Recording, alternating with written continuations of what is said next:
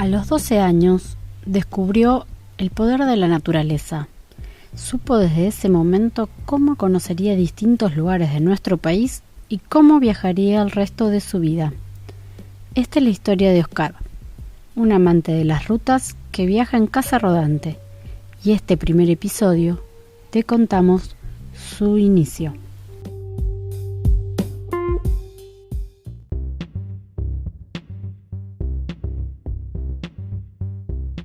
Este es el podcast Viajar es vivir dos veces. Una historia en marcha.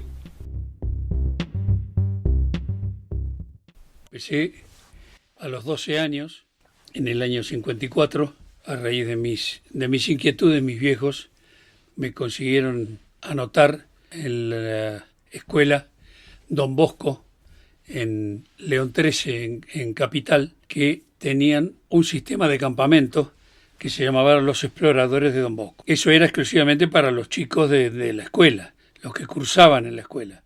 Pero yo no cursaba en esa escuela, cursaba en otra escuela, pero lograron anotarme porque quedaba muy cerca de mi casa y lograron anotarme a mí y a mi hermano. Este campamento de los salesianos nos inició con las prácticas, con el orden, con la comida, con la forma de armar las carpas, todo eso lo que a mí en ese momento me interesaba. Fuimos a un lugar que ellos tienen en la zona de Sul, que se llama Pablo Acosta, una estación de tren a unos 30 o 40 kilómetros de la ciudad de Azul, en donde tenían un predio importante preparado para hacer campamento con cocinas, cuadras para los chicos, lugares de esparcimiento, juegos, y hacíamos caminatas, excursiones de todo tipo. Y en aquella época, estamos hablando años 54, hoy es bastante común que hagan los chicos campamentos, pero en aquella época no era para nada común. Nosotros teníamos una formación en la Escuela de Exploradores de Don Bosco, en la agrupación esta, muy similar a la implementada por los Boy Scouts, que eran la de Baden-Powell. Nosotros estábamos en la misma tesitura, pero con una visión católica y argentina. Estábamos una vuelta caminando por el costado de un arroyo, cuando salió un pato corriendo entre los juncos cerca mío. Lo corrí y justamente lo pude agarrar porque con los juncos el pato no pudo levantar vuelo. Y bueno, lo agarré, lo cacé, digamos. ¿Y qué hacíamos con el pato? Prendimos fuego, juntamos madera, leña, y lo colgué, hice un trípode, y la única forma de poder asarlo al pato, lo colgué de las patas con unos piolines que llevaba y se asó. Lo tengo en mente en este momento que lo estoy diciendo, al pato colgado, asándose en el fueguito que había hecho. Realmente tenía un gusto horrible. A mí me encanta cocinar al aire libre, preparar comida para los que están conmigo, para mis hijos, para mis nietos, para mis amigos, mientras estoy viajando. Y hemos hecho salidas desde esa edad hasta los 17 años. Hacíamos salidas a lagunas cercanas, a la laguna de Monte, haciendo toda la laguna, rodeándola, caminando. Muy bonita la laguna en aquella época, era muy tranquilo todo. Nosotros llegábamos en tren a Monte. Generalmente salíamos el viernes a la tarde y estábamos allá en Monte alrededor de las 7 más o menos. Caminábamos 1 hora y media y llegábamos a un lugar que se llama El Puente, y ahí hacíamos la primera noche. Armábamos la carpa, preparábamos algo para comer, cantábamos, hacíamos un fogón, y al día siguiente levantábamos campamento y seguíamos caminando. Caminábamos hasta la otra punta de la laguna, al lado izquierdo, que también había un bosque muy lindo de eucaliptus, y bueno, estaba todo salvaje, no había nada preparado, y eso era lo que nos gustaba justamente. Pasábamos ahí otra noche y al otro día, ya domingo, nos íbamos íbamos caminando después de levantar el campamento, nos íbamos caminando de vuelta al pueblo.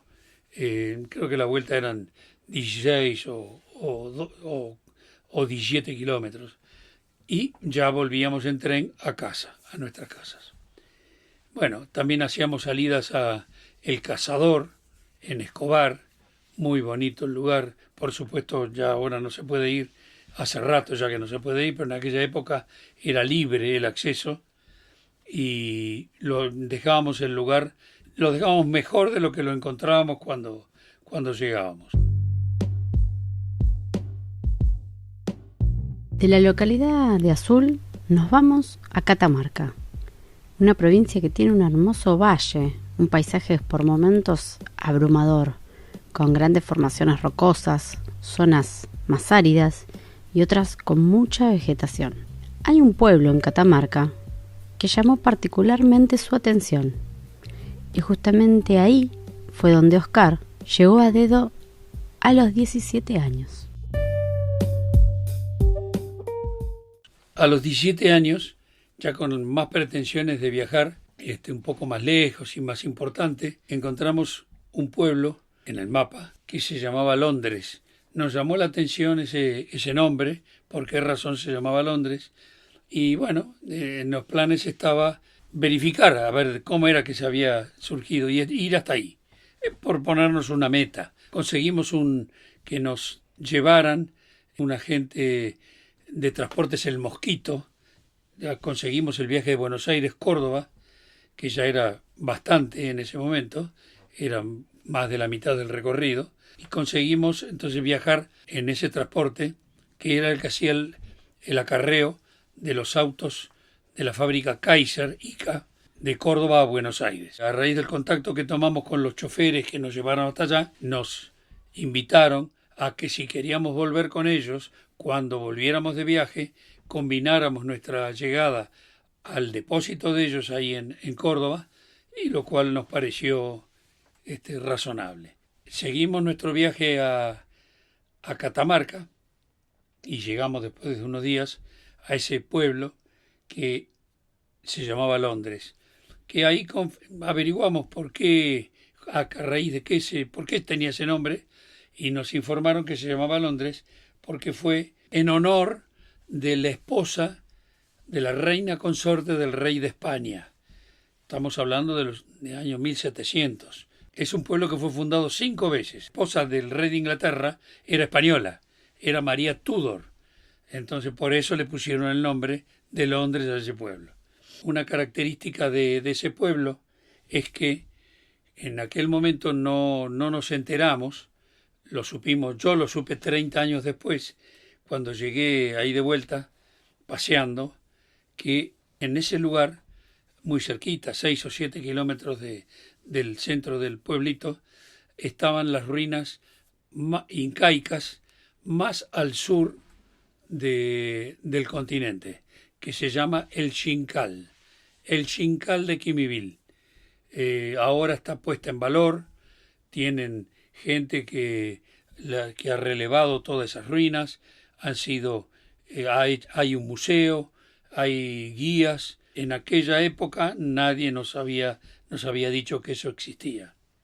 Este pueblo de Londres sigue siendo al día de hoy uno de los pueblos donde cosecha nuez, es un pueblo nogalero, y también que producen telares, ponchos, mantas.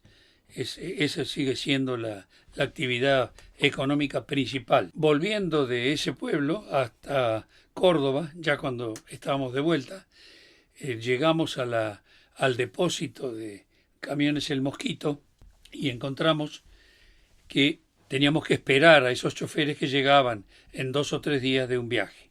Bueno, no hubo ningún problema, nos quedamos por ahí, nos permitieron quedarnos ahí en el depósito, nos quedamos y en un momento dado nos preguntaron si los podíamos ayudar, si nos animábamos a traer los autos 500 metros más o menos de la playa de Ica a la playa del Mosquito, que estaba dentro del predio, pero bueno, eran 500 metros, ellos iban caminando y volvían con el auto.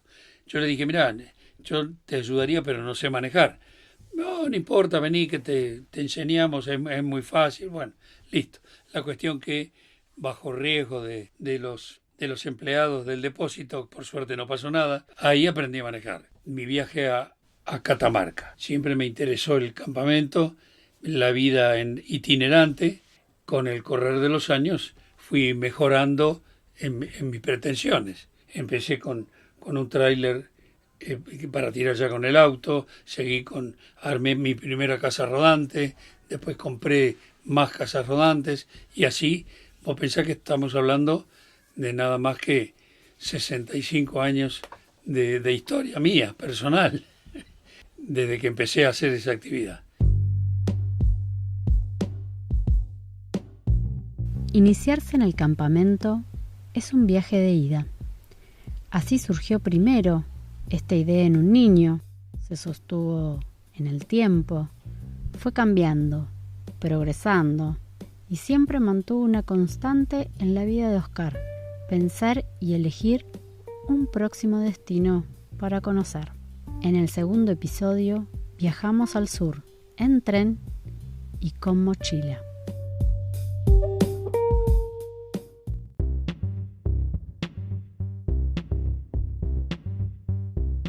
Este es el podcast Viajar es vivir dos veces. Una historia en marcha.